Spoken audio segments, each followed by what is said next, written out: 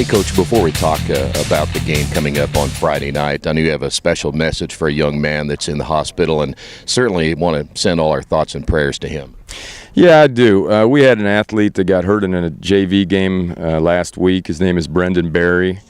He came up for a tackle and hurt his neck and had to be transported down to Indianapolis.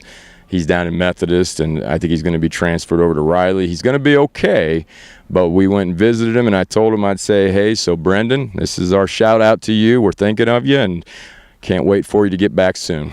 It's football, but it's still a family, isn't it? It is, and we found that out over the last few years. A lot of things have put it into perspective.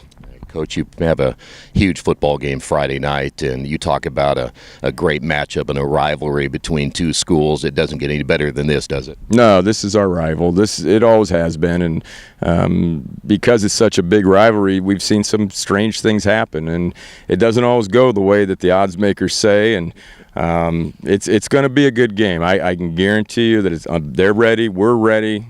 There's no doubt in my mind that we both have a game plan that's going to be effective. So it'll come down to how we execute. As always, I always say this, and it's going to come down to turnovers probably, but we expect it to be a close game all the way through. We have not lost a TEC game on our field in 4.5 years, and we just told the boys this over there, and that's something we're kind of proud of. So that kind of puts it into perspective what we expect when we play here. You guys have handled that pressure pretty well, though, don't you think, overall this year? Again, you're champions for 4 years in a row, and I just think the players have just handled it well. Yeah, they have, because I'll be honest with you, we had a lot of turnover.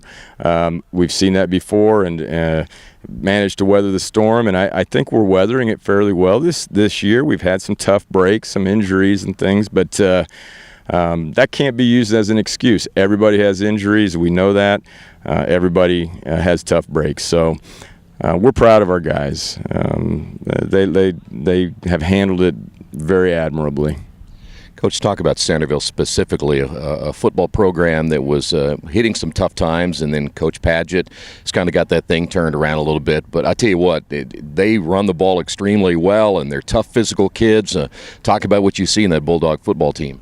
Exactly what you just described. I mean, they're a punch-you-in-the-mouth type of team. They like to come out and try to impose their will on you, which kind of is what we do and what we think we should be able to do. So if you're covering the game tomorrow, you'll be home soon. You can tell your wife you'll be home soon, because there's not going to be a lot of balls in the air. It'll be a lot of running and a lot of hard-nosed football.